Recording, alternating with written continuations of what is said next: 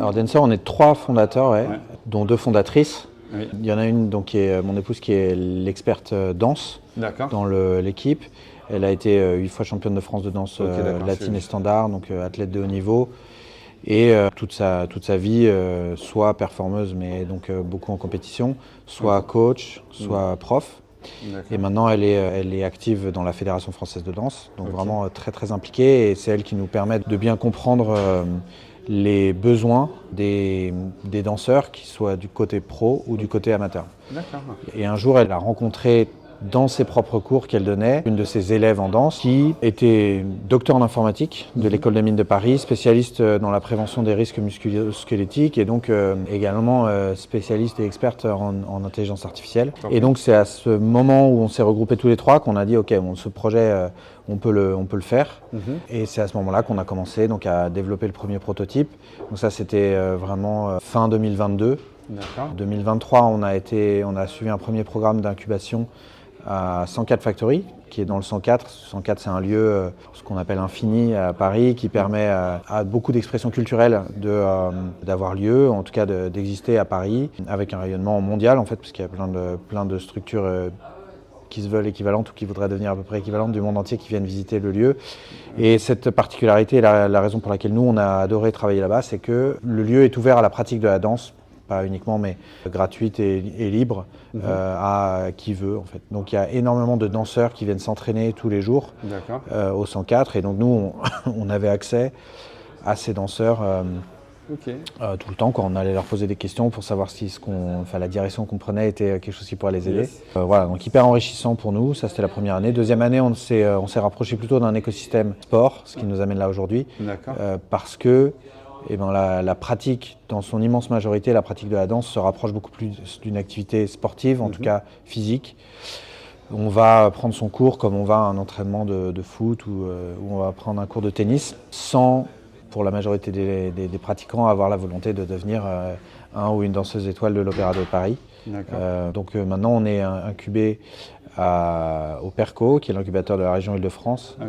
Et donc c'est pour ça qu'on connaît Claire de Halquet, absolument, avec qui on travaille tous les jours. Voilà, donc School Lab est un programme vraiment dédié au sport. D'accord. Est-ce que je connais le projet, est-ce que tu pourrais pitcher Dancer en 1 minute Oui, bien sûr. Avec Dancer, ce qu'on veut faire, c'est se pencher sur un problème qui est que majoritairement, on aime tous danser.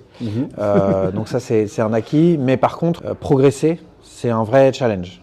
On part tous de zéro, surtout dans nos sociétés où il y a moins de danse en famille, etc., que dans d'autres cultures. Et donc, quand on veut se mettre à danser, soit on essaie de reproduire tout seul devant sa télé des clips, des chorés, un Just Dance ou des challenges TikTok, soit on va prendre des cours. Mais en tout cas, dans les 2 cas, progresser, c'est vraiment un effort et ça peut être très démotivant. Quand on sort du cours, on n'a plus de miroir, on n'a plus le feedback du prof. Donc c'est le problème qu'on essaie de résoudre. On a pour ça utilisé l'intelligence artificielle qui permet de détecter les positions, les mouvements des danseurs devant un téléphone sans capteur, vraiment dans la plus simple version de ce qui pourrait être la détection des mouvements. Et on analyse ces mouvements comparativement à un danseur professionnel ou une danseuse professionnelle qui a exécuté cette même variation, cette même chorégraphie, dans un but de montrer, de démontrer, d'être une référence de copie pour les amateurs. Donc vraiment, il faut s'imaginer, si je vais donner des références, j'espère que tu m'en voudras pas, mais nous on essaie de créer le Strava de la danse pour les sportifs qui courent ou qui font du vélo. Carrément. Et ça fonctionne comme si on mélangeait le jeu Just Dance mais super amélioré avec des challenges de danse TikTok, quoi. Donc pour nous, la motivation, elle est intacte ou elle est même augmentée uniquement par l'adjonction de 3 facteurs qu'on a englobés dans cette plateforme qu'on crée. Premièrement, la communauté. Donc c'est parce qu'on va se partager entre nous des vidéos de danse, de mouvements, etc. qui va nous inspirer, ça va augmenter l'inspiration entre nous, qu'on va partager nos résultats de score, etc., qui est le deuxième pilier, mais on peut le repartager aux membres de son cours de danse, quoi, par exemple, ou de ses amis, etc., en disant ouais, super choré, j'ai fait 80%, est-ce que tu peux faire mieux que moi?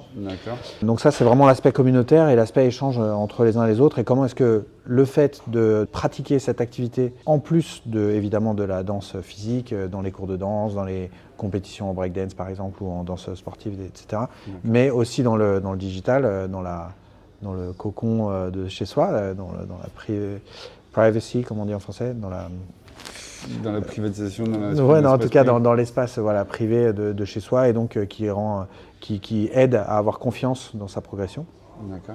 Et cette progression, on peut la mesurer que grâce à la technologie qu'on a mise en place d'utilisation de l'intelligence artificielle.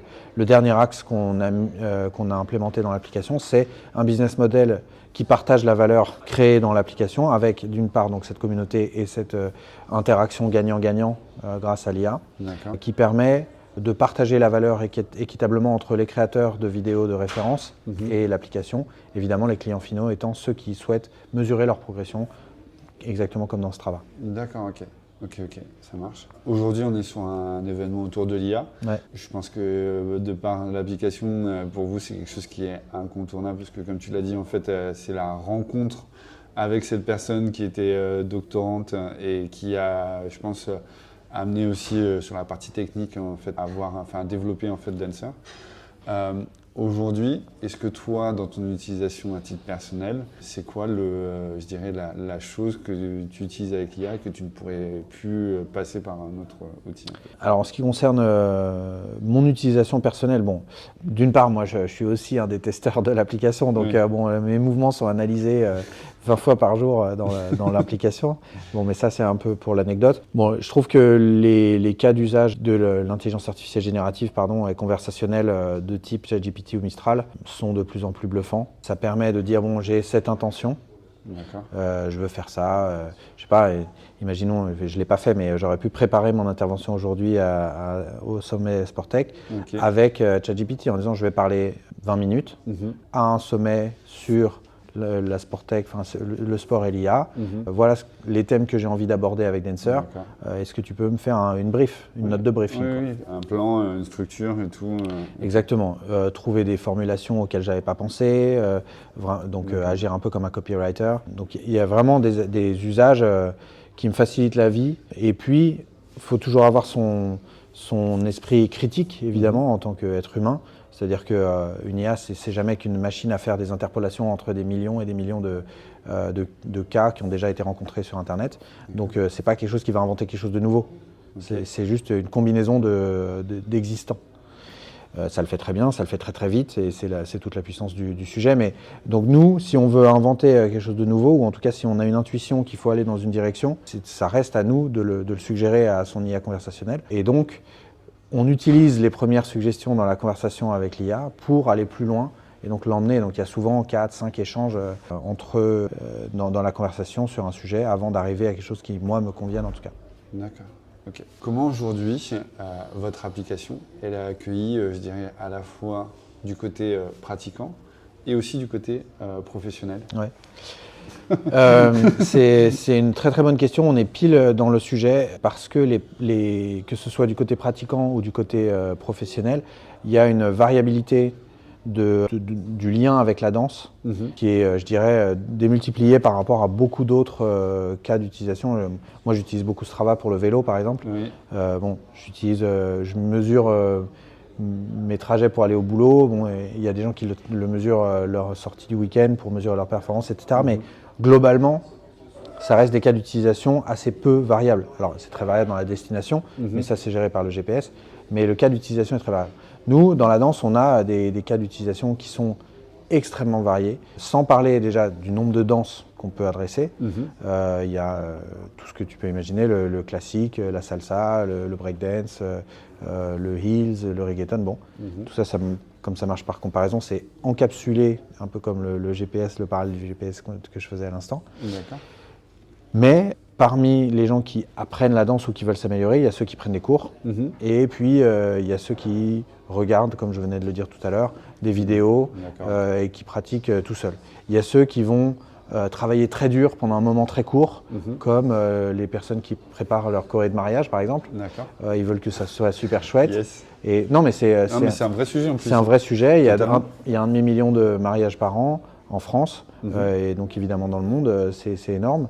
Dans des cultures comme en Inde, par exemple, le mariage, c'est un événement particulièrement important et qui est lié à la danse. Les mariés font décorer, ensuite les familles des mariés font décorer, les témoins font décorer. Bon, donc il y a décoré tout le temps, ça prend longtemps, etc. Donc c'est un vrai sujet. Et donc ça, c'est un autre cas d'utilisation où tu dois te concentrer pendant un moment court de ta vie sur bien réussir cette choré. Pour les pros, il y a les profs, on va dire dans une école de quartier, sans être péjoratif, mais il en faut et on en a tous besoin. Et puis il y a les danseurs ou danseuses étoiles de l'Opéra de Paris. Tu as ceux qui font des chorés toutes simples à 10 millions de vues sur TikTok. Il y a les danseurs pros qui font des performances dans des clips, etc. Donc il y a tout un cas il y a toute une variabilité de pratiques de la danse que nous on essaie d'encapsuler dans une application la plus flexible possible. D'accord. Et de reproduire dans le domaine digital, en gros, la façon avec laquelle toute l'humanité a appris à danser jusqu'à l'avènement de la structuration des écoles de danse, etc., des académies de danse, qui a plusieurs centaines d'années, mais pas plus, quoi. Du point de vue de l'humanité, on sait que l'humanité danse depuis plusieurs dizaines de milliers d'années. Ça a été toujours par imitation. Quelqu'un montre, et puis l'apprenant reproduit. Donc c'est de l'imitation, et nous, on reproduit ça dans le digital. Donc après, le but, c'est, une fois que cette imitation est bien maîtrisée, et c'est ce qu'on a fait grâce à l'IA, il faut inventer une interface d'application qui permette à tout le monde de s'y retrouver. Il y a des profs d'écoles de danse qui disent non mais moi je me sens mal à l'aise de faire payer un supplément à mes élèves alors qu'ils sont déjà venus au cours. D'accord, ok. Bon, nous on a posé la question à plusieurs centaines d'élèves, ils nous ont tous dit mais pas de problème, on a bien compris que c'était un service en plus, donc on n'a pas de problème à le payer en plus des cours. Donc les profs, ils ont parfois cette réticence-là, qu'on va s'attacher évidemment à c'est des croyances qu'ils ont intégrées en fait dans leur tête déjà.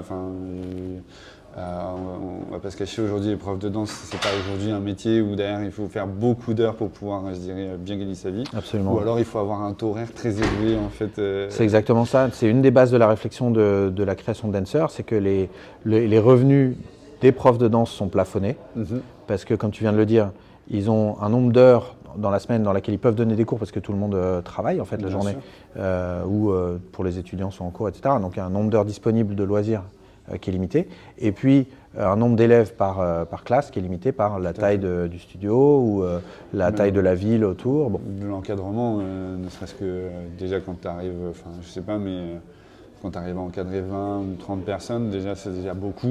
Bien sûr.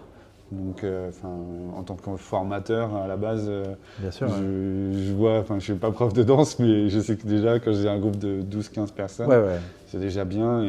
Voilà, après, pour faire du feedback de qualité, ça devient difficile s'il y en a plus. C'est ça aussi, pour pouvoir faire du ajuster et tout, en fait, pour moi, c'est là où c'est bien difficile. Donc, c'est pour ça que je pense que, en tout cas, moi, je vois Dancer plus comme un outil, en fait, complémentaire. Complémentaire, absolument. Pour pouvoir faire monter la performance des étudiants et des élèves, parce qu'aujourd'hui, moi je pars du principe que quand tu viens pour faire une activité ou un sport, derrière tu as envie de progresser, tu as envie de voir ton évolution. Et on n'a pas forcément tous ces outils à disposition. Et je trouve que le projet en tout cas que vous portez, il est juste génial. Donc, merci beaucoup.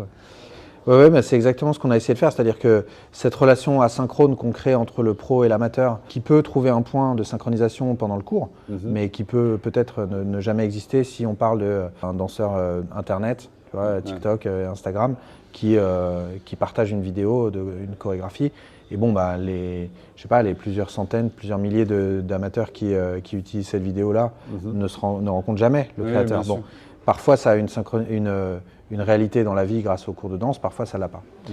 Mais cette relation asynchrone qu'on a créée entre le prof et l'amateur, évidemment, pour l'amener dans sa chambre, comme je disais tout à l'heure, on est dans son environnement safe et on peut travailler loin du regard des autres, prendre confiance en soi, etc. Ça, c'est très important.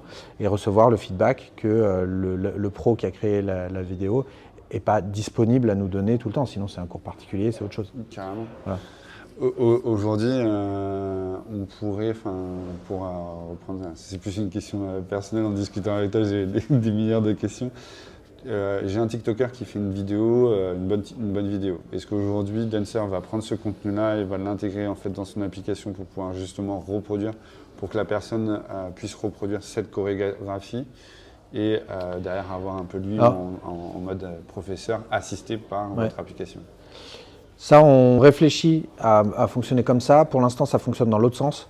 C'est-à-dire que pour des questions de gestion de droits d'image, pour être sûr, ou en tout cas pour réduire au maximum les risques. Juridique, sur le plan juridique. Voilà, que quelqu'un dans Dancer poste une vidéo de quelqu'un d'autre qui danse et donc gagne des rémunérations directes sur ce contenu-là, eh bien on a empêché la possibilité d'uploader une vidéo. Donc normalement, tu te filmes toi-même en train de faire ta chorégraphie et tu la partages aux autres. Par contre, ce qu'on a permis, c'est de télécharger le résultat de cette vidéo et de l'analyse IA en tant que fichier vidéo simple à uploader soi-même ensuite dans TikTok ou Insta. D'accord, ok. Donc l'idée c'est plus de dire, parce que les TikTokers, les Instagrammeurs peuvent poster du contenu qui est plus général que la danse. Nous on va essayer de se concentrer sur uniquement la danse, mais ils peuvent dire aujourd'hui je m'entraîne, voilà ce que ça donne, tiens j'ai eu des danseuses qui peut-être se maquillent beaucoup peuvent faire des trucs sur les maquillages, etc. Donc c'est beaucoup plus large en fait dans le cadre des réseaux sociaux non spécifiques, pardon. Mais nous on est spécifique sur la danse. Donc on préfère passer de l'autre côté, c'est-à-dire que les utilisateurs postent d'abord dans Dancer et ensuite partagent peut-être un court extrait de cette chorégraphie sur les réseaux sociaux. Et puis via un lien, puisse dire bon, voilà, si vous êtes intéressé par cette choré, travaillez là sur Dancer. D'accord. Et aujourd'hui, il y a du contenu qui permet de travailler des gestes, des mouvements Alors, il y en a déjà un petit peu, mais le but, ça va être vraiment de familiariser les pros à poster, soit ils sont profs, et donc à poster leur contenu de cours. Ils le font déjà, en fait, sur WhatsApp. Ils envoient déjà leurs vidéos de cours sur WhatsApp, mais ils le font gracieusement. Et là, on leur permet, nous, déjà de vider la mémoire de leur téléphone, ce qui les arrange bien, et deuxièmement, de rémunérer cette partie-là de leur travail. D'accord, ok. Et après, il y a, donc ça c'est s'ils le veulent, parce que comme j'en parlais tout à l'heure, il y en a certains qui ne sont pas à l'aise ou pas encore à l'aise avec cette pratique-là. Je pense qu'ils vont le devenir évidemment, parce que si on leur propose de monétiser une partie de leur travail, de leurs compétences, de leur expérience, ça va les intéresser. Bon, c'est le temps que ça se fasse en fait dans les pratiques. Il faut essuyer un peu les plâtres. Au début, exactement, il faut tester, c'est pas de problème. Et donc, du coup, et je pense qu'il y a beaucoup de personnes qui ont encore un peu peur en fait, de l'IA. C'est un truc, c'est un Big Bang qui est en train d'arriver dans leur tête. Complètement. Et donc du coup, il y a des réticences par rapport à ça. Absolument. L'autre cas d'utilisation, c'est évidemment les professionnels qui postent déjà beaucoup de vidéos sur leurs réseaux sociaux et qui génèrent énormément de dizaines de milliers, centaines de milliers, de millions de vues sur des vidéos.